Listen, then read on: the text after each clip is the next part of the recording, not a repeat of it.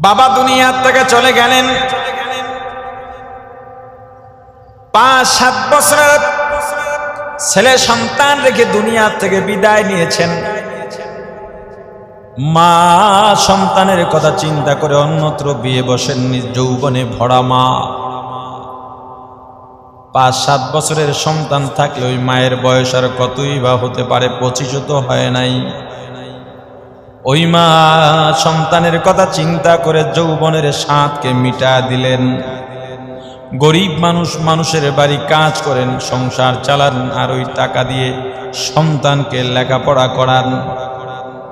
সন্তান লেখাপড়া করতে করতে করতে করতে 9-এ চলে গেল, 9ম শ্রেণীতে চলে গেল। স্কুলের প্রধান শিক্ষক ডেকে বলল, বাবা বাড়িতে গিয়া তোমার মাকে বলবা ফর্ম ফিল আপের জন্য, মেট্রিক পরীক্ষার রেজিস্ট্রেশনের জন্য 1200 টাকা লাগবে, 2000 টাকা লাগবে, বা 3000, 5000 টাকা লাগবে।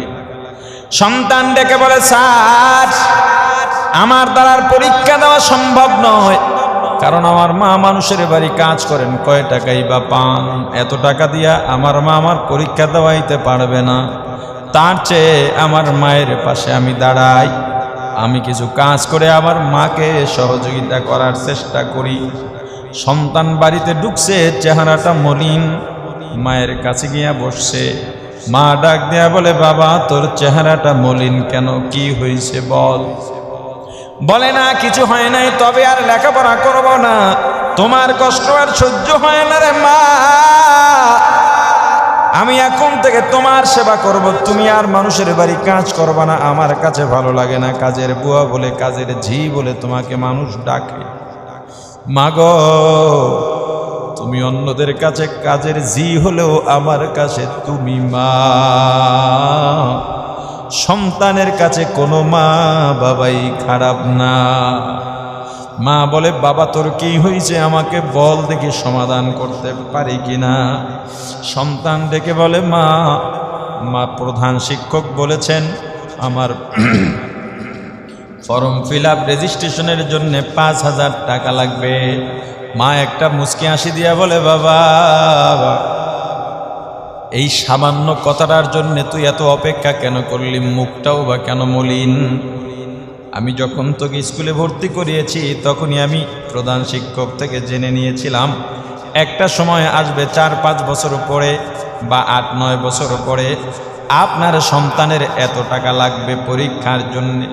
ওরে বাবা তোর জন্য আমি টাকা জমায়ে রাখছি। সন্তান রাগ হয়ে গেছে, মা এত টাকা তুমি কেমনে জমাইলা, আমাদের খাওয়া দাওয়াই তো কষ্ট, ঠিকভাবে খাবারও জোগাড় করতে পারি না, এত টাকা তুমি কই পাইলা, কি করো তুমি বলো।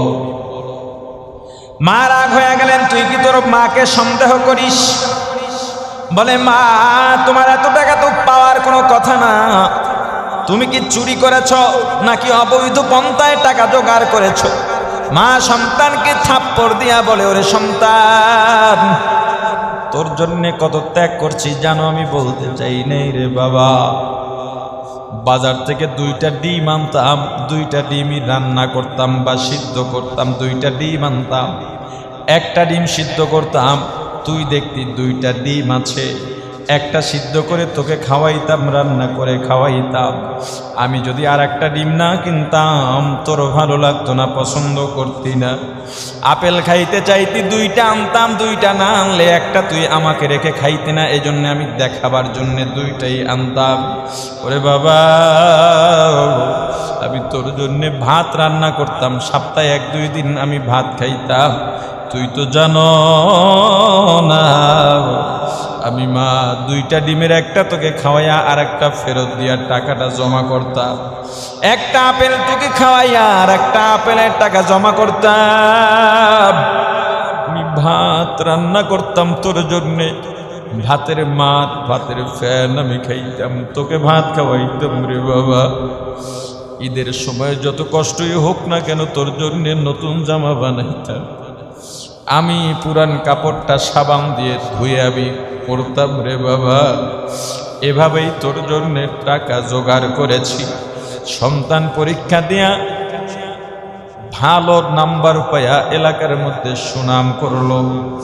স্কুলের প্রধান শিক্ষক ডাক দিয়া বলল, বাবা তোমার যে শিক্ষা আর সামনে পড়ার দরকার নাই, এবার তোমার মায়ের পাশে দাঁড়াও আর একটা বিয়ে করো। আমার এলাকায় ধনাঢ্য একটা মেয়ে আছে, বিয়ে করো। সন্তান বলল, মায়ের কাছে আলোচনা না করে আমি বিয়ে করতে পারবো না, কারণ আমার মাই আমার কাছে সব। মায়ের সঙ্গে আলোচনা করার পর বলে, বাবা কথা তো ভালো কথা, চাকরিও হবে, বউও হবে, সব মাই চায় সন্তানকে বিয়ে করা, টুকটুকে একটা লাল শাড়ি পরায়া টুকটুকে বউ বাসায় আনতে।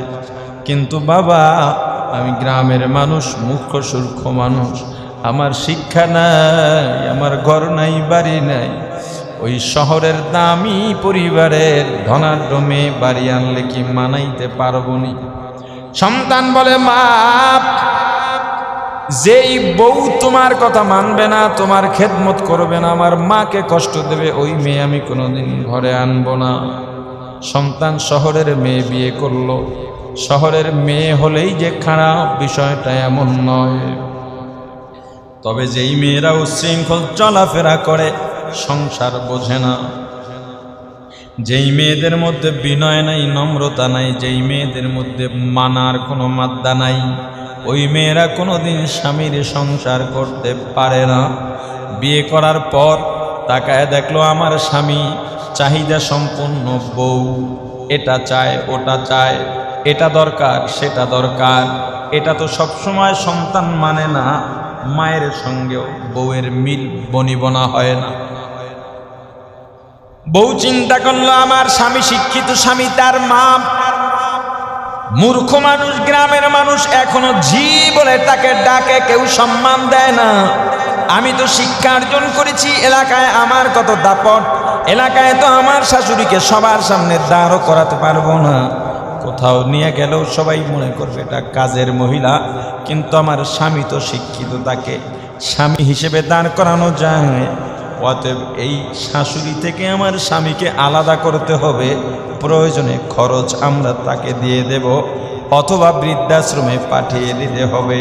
এই পরিকল্পনা করে দিন দিন সন্তানের কাছে অর্থাৎ স্বামীর কাছে মায়ের ব্যাপারে বদনাম বলা শুরু করে।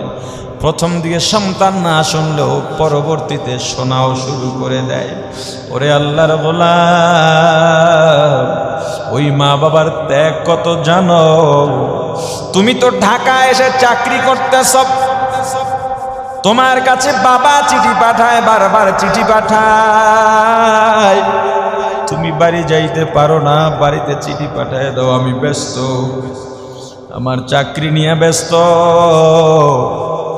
আমার ব্যবসা নিয়ে ব্যস্ত, আমার স্ত্রী সন্তান নিয়ে ব্যস্ত। 2 বছর পর সন্তান রাগ হয়েই বাড়িতে গেছে।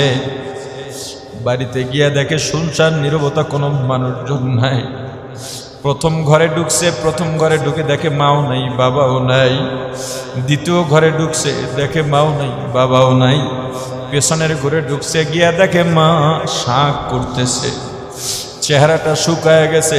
সন্তান এতদিন কাছে নাই, চেহারাটা শুকায় গেছে। হঠাৎ করে সন্তান চলে আসছে, খবরও দেয় নাই, চিঠিও পাঠায় নাই। মা কাঁপতে কাঁপতে উঠে সন্তানকে জড়ায় ধরছে। মা একেবারে হোলার মতো হালকা হয়ে গেছে।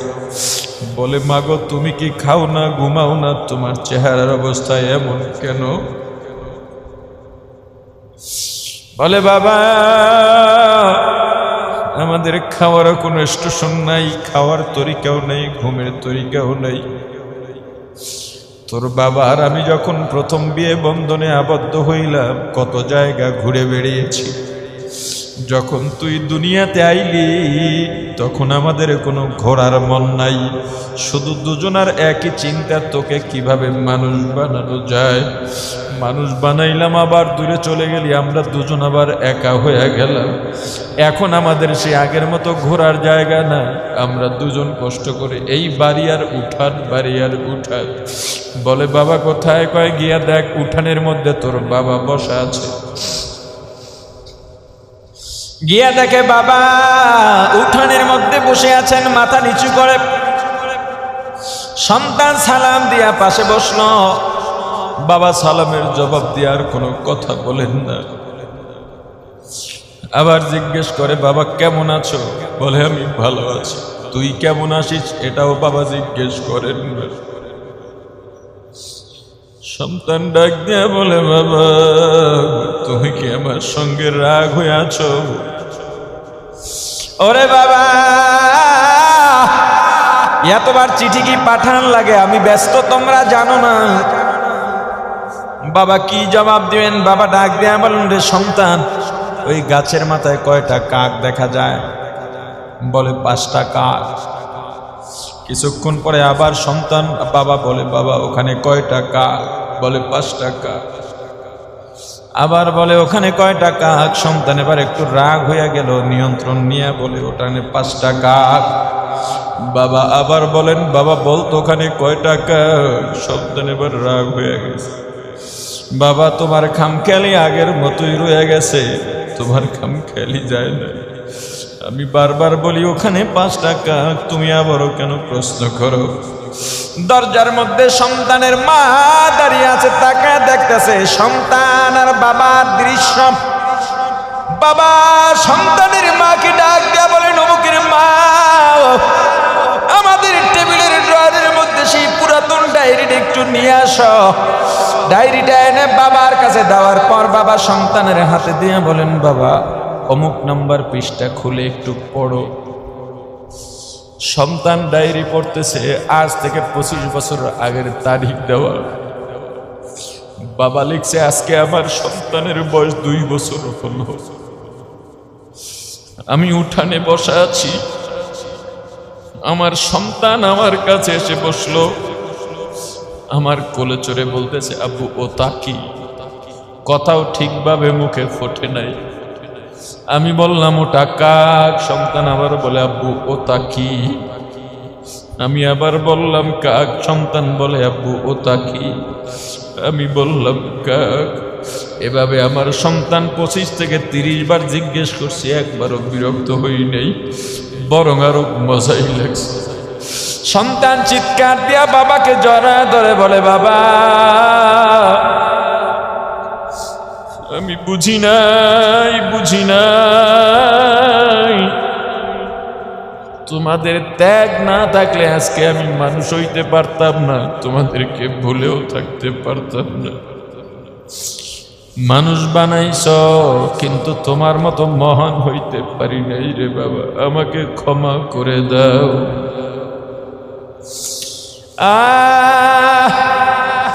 বিবি বারবার স্বামীকে বলে, তোমার মায়ের সঙ্গে আমার বনে না।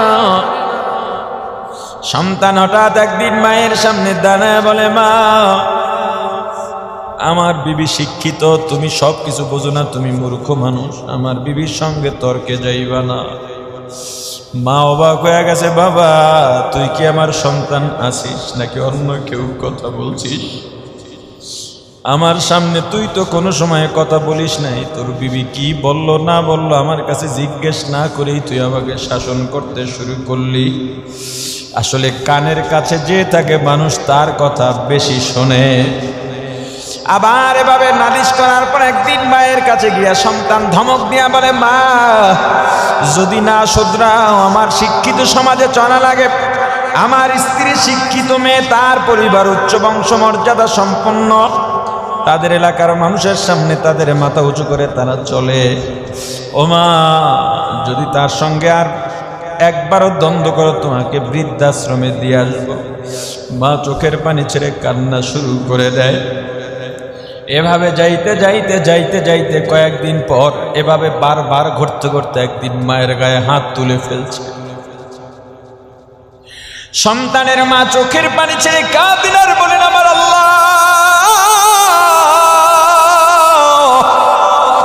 যেই সন্তানের জন্য জীবন যৌবন সব আমি কুরবানি দিলাম রে মালিক, আজকে সন্তান আমার গায়ে হাত তুললো রে সন্তান, আমি তোর সেই মা, তোর বাবার ইন্তেকালের পর আমি দ্বিতীয় পুরুষ গ্রহণ করি নাই, শুধুমাত্র তোর সুখের জন্য আমার শখ আহ্লাদ সুখ সব ত্যাগ করে দিয়েছি, মাটি করে দিয়েছি রে সন্তান। ওরে বাবা, না খাইয়া তোকে খাওয়াইছি, তুই ঘুমাইছো, আমি বা ঘুমাই নাই। সারা রাত তোর জন্য কত নামাজ আদায় করতে করতে রাত্রটা নির্ঘুম কাটাইছি রে বাবা। তোর জন্য দোয়া করতে করতে নির্ঘুম রাত্রটা কাটাইয়া দিছি। গর্ভে ধারণ করে কত কষ্ট করছি রে বাবা। গর্ভের বয়স যখন 8-9 মাস হয়ে গেছে, পেটে লাথি মারছো, আমি মা বিছানায় শুয়া পড়ছি, মনে হইছে মারা যাব। দুনিয়াতে জন্মগ্রহণ করলি, আমি মা বেহুশ হয়ে গেছি। তুই কালো না ধলা না সুন্দর না বেটে নাকি লম্বা, তোর নাক উঁচা নাকি বোচা আমি দেখি নাই।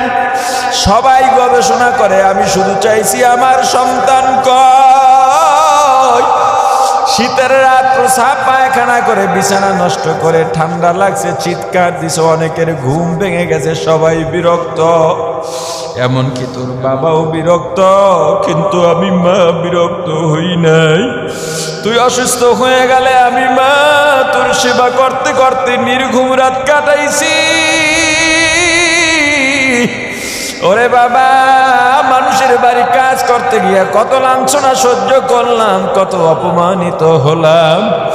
বাবার এরপর তোকে বুঝতে দিই নাই। দিনের পর দিন কাজ করতে করতে আমার চেহারাটা কালো হয়ে গেছে, চামড়া পুড়ে গেছে। আজকে আমার গায়ে তুই হাত তুললি রে বাবা। আমি যদি তোর জন্য তাহাজ্জুদের দোয়া না করতাম, আজকে মানুষ হইতে পারতি না। ওরে আলেম আলেম হইলি আমি মায়ের দোয়ায়, হে টাকাওয়ালা সম্মানী আমি মা যদি দোয়া না করতাম, এত সম্মান পাইতি না। দোয়া করে, আল্লাহ আমার সন্তানের কোনো বিপদ দিও না। ও বোঝে নাই আমার গায়ে হাত তুলছে, তবে ওকেও একটা সন্তান দান করেন, ওকেও বাবা বানান। মার জন্য আলাদা একটা ঘর করে দিছে, বউয়ের সঙ্গে কথাবার্তা নাই, মাঝে মাঝে গিয়া খাবার দিয়ে আসে। মা ওই খাবার খায় আর সন্তানের জন্য বদদোয়া করে না, দোয়াই করতেছে। আল্লাহ ওদেরকে একটা সন্তানও দান করলো। কয়েকদিন পর সন্তান বাড়ি ফিরতে ফিরতে রাত হয়ে গেছে, 1টা-2টা বেজে গেল। দরজা খোলা, ভিতরে ঢুকে দেখে সন্তানের মা নিজের স্ত্রী নবজাতক সন্তান নিয়ে খেলাধুলা করতেছে। সন্তান ছেলে ডাক দিয়া বলে, হে বিবি, এখনো কেন ঘুমাও না? ছেলেটাকেও কেন ঘুম পাড়াও না? বিবি ডাক দিয়া বলে, স্বামী, সন্তানের মর্ম তুমি কি বুঝবা? ও স্বামী, 10 মাস 10 দিন গর্ভে ধারণ করছি আমি। প্রসাব করছে, আমি বিছানা পাল্টাইছি, আবার প্রসাব করছে, আবার কাঁথা পাল্টাইছি, আবার করছে, আবার পাল্টাইছি। শেষে আমার শাড়ির আঁচল বিছায়া দিছি, ওটাও নষ্ট করছে, আবার শাড়ি পাল্টাইছি।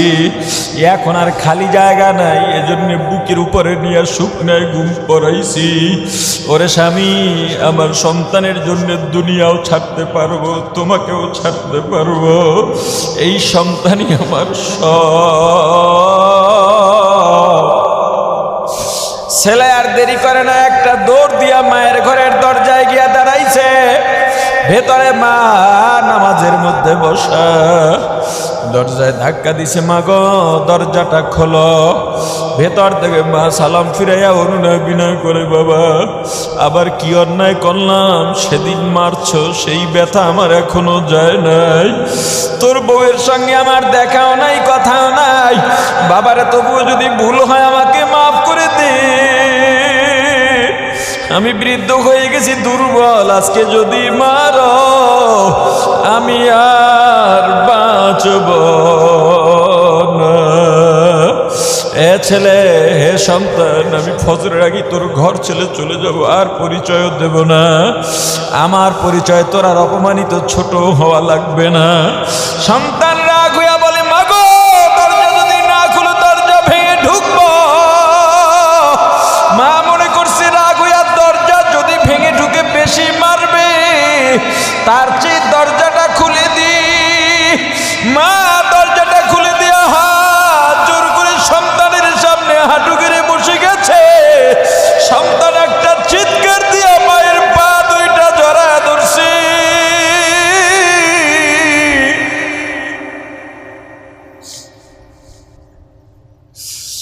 আর ডাক দিয়া বলে, মা বুঝি নাই, বুঝি নাই, বুঝি নাই।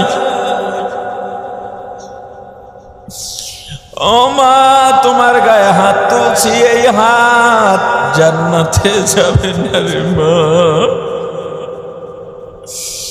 কোন শয়তানের ধোকায় পড়েছিলাম। তোমার ত্যাগ আর কোরবানি না হইলে আমি আজকে মানুষ হইতে পারতাম না। কিন্তু আফসোস, মানুষ হইয়া অমানুষ হইলাম। ও মা, তোমার যত শাস্তি দেওয়া আমাকে দাও, আমি আর মানুষ নাই। আমার স্ত্রী যদি সন্তান নিয়ে এত রাতে খেলা করতে পারে, তুমি তো কত কষ্ট করছো। মা ডাক দিয়া বলে, ওরে বাবা, এই দিনটার অপেক্ষায় ছিলাম। আমি জানতাম তোর যদি সন্তান হয় তুই বাবা হলেই বুঝতে পারবি। বাবারে, তোর জন্য কোনো বদদোয়া করি না। এ সন্তান, হে মা বাবার সন্তান, আজকে তওবা কর, তওবা কর। যার মা বাবা বাসায় আছে গিয়া ক্ষমা চাইয়া না। তোমার মা বাবা কিন্তু তোমার দিকে তাকাইয়া রইছে। আহারে, যার মা নাই বাবা নাই, মাঝে মাঝে মায়ের কবরে গিয়া বাবার কবরের পাশে দাঁড়াইয়া ক্ষমা চাই আর বইল, বাবা গো, মা গো, তোমাদের মতো নেয়ামত হারাইছি।